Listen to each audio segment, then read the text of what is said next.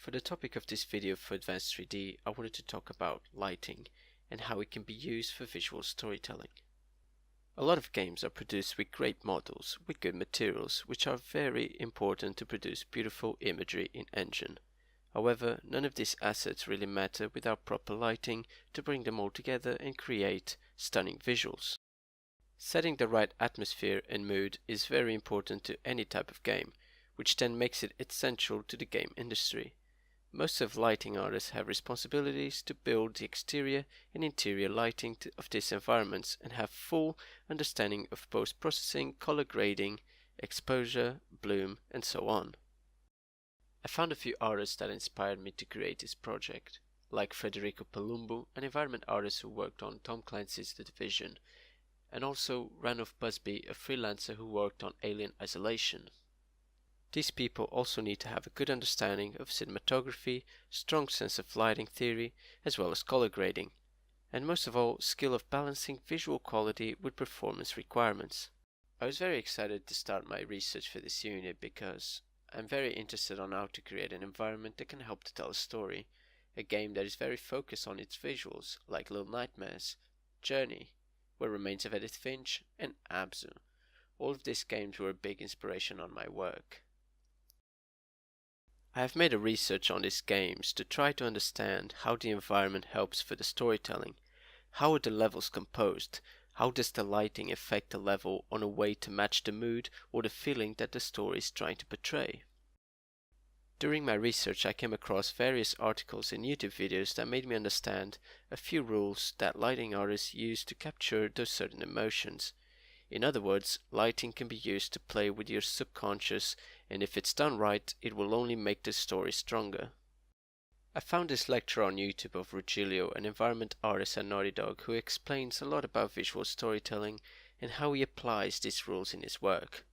I also found this video essay about cinematography techniques used in the film Blade Runner 2049, a beautiful piece of filmmaking who mastered these rules perfectly.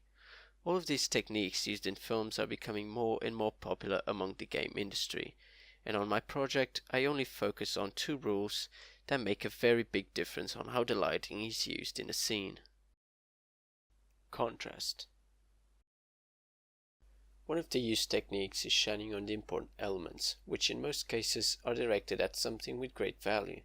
This need for something can be an object, a person, or something as subjective as a feeling. It could be love, hope, survival, and others. Applying hope as an example, where you're in a dark and gloomy place with dangers all around you, and suddenly you see a bit of light on the path ahead, which creates this contrast with the rest of the environment, and it brings you that hope for survival that you are desperately looking for. Color. One of the rules that I find most interesting is pushing emotions through the use of color. The basics of color theory can be quite useful for this one, and telling a story using this technique is very influential to what the audience is feeling. I came across various videos on YouTube that explains that directors apply different tones to intentionally stimulate certain emotions to make the story stronger. Applying warm tones as a filter could have a result of making us feel more attached or more comfortable to the scene, and on the other hand, using cool tones like different variations of blue makes us feel more disconnected or concerned. How many times have you seen a film where they use a large saturation of a certain color to increase these emotions to their limit? I would say color is one of the most important rules to build a good lighting, and I definitely applied this rule to my scene. After doing enough research, I finally started thinking of ideas about the scene I wanted to create, and so I jumped right into a night scene. And here is the final output. First thing I did was to create a blockout, and I used 3ds Max to create simple assets with basic shapes for the scene. I was told not to build the scene in Max, for I would build it again in Engine, and it would just be a waste of time. Although the reason I did it was just to try to visualize how the level would look in the end. But after placing the scene in Unreal Engine, I realized it was not exactly the way I wanted. I went back to 3ds Max to rebuild it, but this time I made it alley instead, so I could have a point of view closer to the important parts, and with that I was able to accomplish a more cinematic view that I could not apply to the previous build. I also made sure when building in Max that I changed it to real scale before placing it into Engine, so I would have a more accurate composition of my level. My idea was to create a small alley with basic assets as decoration to add a bit more immersion to the scene. Here's a simple render of the level in Max. Instead of attaching every asset together as I did previously, I started building the scene in Engine with actual BSP geometry in real scale. I should have done this before because it is easier to manipulate the scene if you want to slightly change it. Since my topic is lighting, I added the same material to every asset so I could just focus on that. I made a solid white material so the lighting could be seen easily. Before building the lighting, I deactivated a few settings in the post-processing setup. I deactivated auto exposure as well as screen space ambient occlusion and screen space reflection.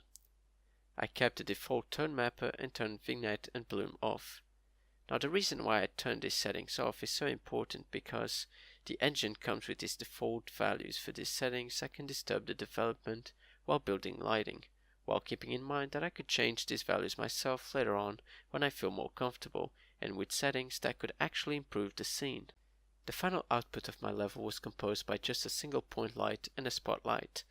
With the idea of being a night scene, I thought a skylight would not be needed, and instead I added a spotlight to represent the moonlight.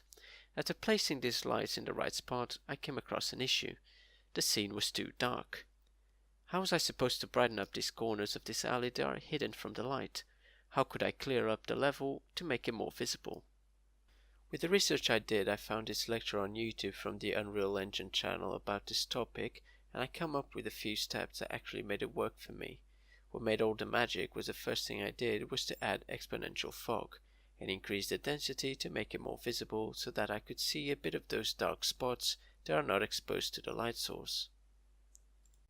Then I activated volumetric fog, and by selecting the spotlight I enabled volumetric shadows and also disabled inverse squared fall off, and I decreased the light intensity to between 1 or 4. The result of this step was to allow the player to see these beams of light or light shafts shining through the environment.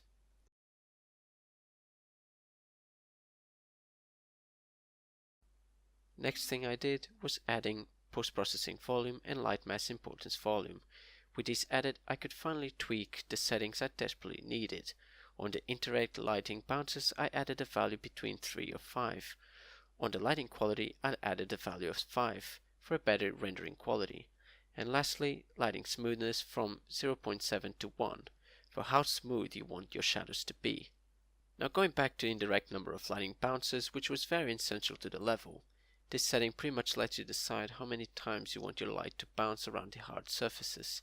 I found this issue to be very upsetting because my scene is during the night and especially in an alley, so there were a lot of parts that were not exposed to the light source, and they were very dark and hard to see.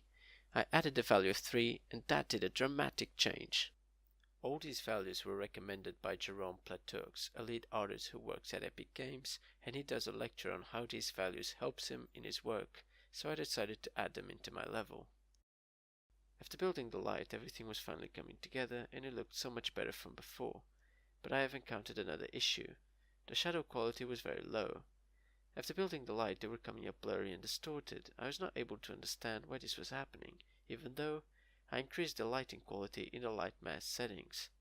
But that was until my lecturer Aaron pointed out to me that the light map's resolution of the BSPs exposed to the source of light were too high. Light map's resolution essentially allows for adjustments of the shadow across the surface. The lower the value, the tighter the shadows. Now the lighting was finally built, although there were a few things I wanted to do before finishing up. I saw a video from Matthew Pallage, an indie game developer who worked on a few games including VR as well as mobile games, and he talks about how adding post-processing effects could improve your environment. I decided to try this in my work, and changing the saturation and the gamma and among other things using post-processing made me achieve a more artistic and abstract point of view of the environment, producing much more strength on the contrast and the color. Making sure the visual narrative could be told from the lighting, by building the scene I wanted the light to point out to the player to where to go, and the contrast as well as this warm color coming out of the inside of the building gives an impression of safety, and the player will see it as a safe place. My goal was to make the light help with the narrative progression. Without this light, you can tell that the narrative would be different. The player would just walk past it. Here is a render sequence of my final output, which in my opinion turned out quite well. I was able to accomplish a very elegant and pleasant lighting setup, and also the most professional I've done so far. With this project I ended up learning a lot more about color theory and of course lighting in the game industry. I am very satisfied with the results. At last I place here all the sources of the research I've used for this project.